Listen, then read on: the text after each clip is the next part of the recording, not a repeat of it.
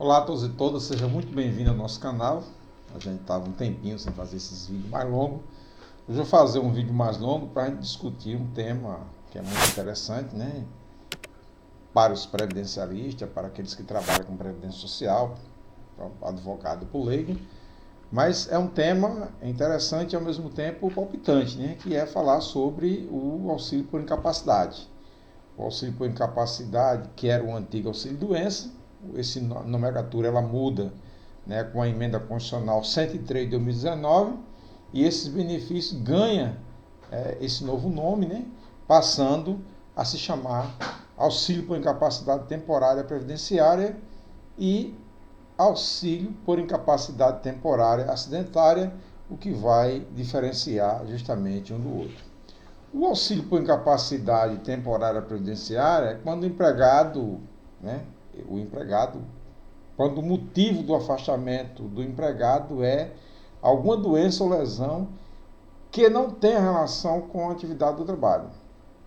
Então, digamos que ele trabalha de carpinteiro, mas tem uma lesão no fígado, por exemplo. Então, ele fica afastado pela lesão no fígado, mas a atividade dele é a atividade de carpinteiro, não tem nada a ver uma coisa com outra. Então, nesse caso, ele recebe o chamado auxílio por incapacidade temporária previdenciária. É diferente, por exemplo, do auxílio por incapacidade acidentária, que é devido ao trabalhador, à trabalhadora, que sofre um acidente ou tem uma doença ocupacional. Digamos, por exemplo, alguém que trabalha como mototaxista e ele paga a previdência como contribuinte facultativo e ele sofre um acidente de moto, durante o seu trabalho, e ele vai receber aí o auxílio por incapacidade temporária acidentária. Então essas são as duas grandes diferenças, É importante que de modo geral a gente entenda quais são os requisitos, para esse auxílio por incapacidade temporária. Então, o trabalhador ou a trabalhadora ele precisa ser segurado obrigatório ou facultativo vinculado ao regime de previdência social, ter cumprido o período de carência estipulado em lei, quando for o caso, porque tem casos específicos que não precisa disso, e ficar por mais de 15 dias ininterrupto incapacitado ao trabalho ou para a sua atividade habitual. Quando ele é empregado, por exemplo, a partir do 16º dia, a empresa já manda ele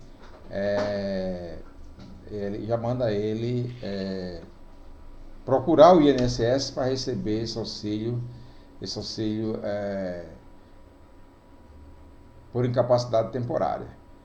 Esse auxílio tem previsão legal lá na Lei 8.213 de 1991, que regula aí os benefícios do INSS, O valor do pagamento a ser recebido corresponde a 100% do salário de contribuição do segurado. O que é isso? Por exemplo, o segurado recebe aí R$ 1.500, e ele vai continuar recebendo os R$ 1.500.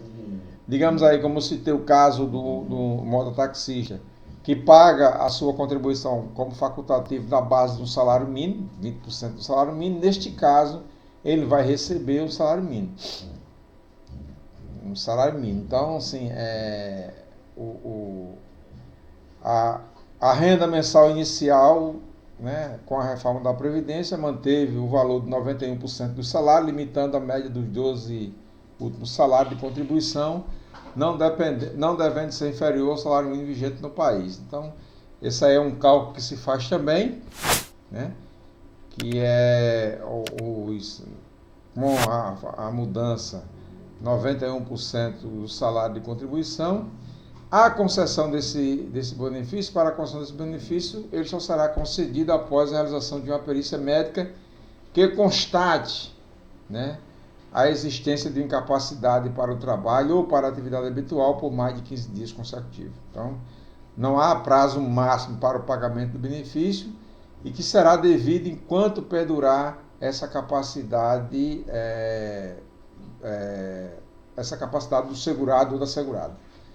O pagamento desse benefício ocorre desde a constatação da incapacidade né? E da incapacidade para o ato laboral até a sua total recuperação para o trabalho.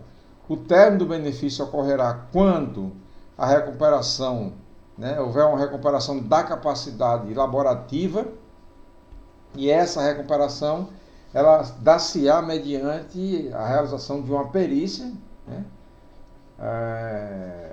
Também esse benefício ele se encerra com a morte do segurado, nos casos mais graves, em que esse segurado, porventura, venha a falecer, gerando, nesse caso, um direito a uma pensão por morte, né, caso exista algum dependente na qualidade de receber essa pensão, ou com a sua transformação na que a gente chama de aposentadoria por incapacidade permanente, né?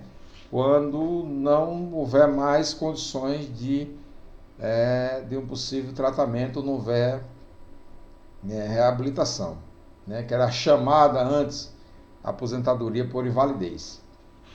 Esses são os pré-requisitos, é um vídeo curto, não dá para tratar aqui as minúcias, né, desse tema, mas deixo para vocês aqui, né? E quem quiser mais informação e tiver mais interesse em saber sobre o auxílio por incapacidade temporária e o auxílio por incapacidade acidentária, entre em contato através dos nossos números ou através aqui dos nossos comentários, no nosso direct, tá certo? E até o próximo vídeo.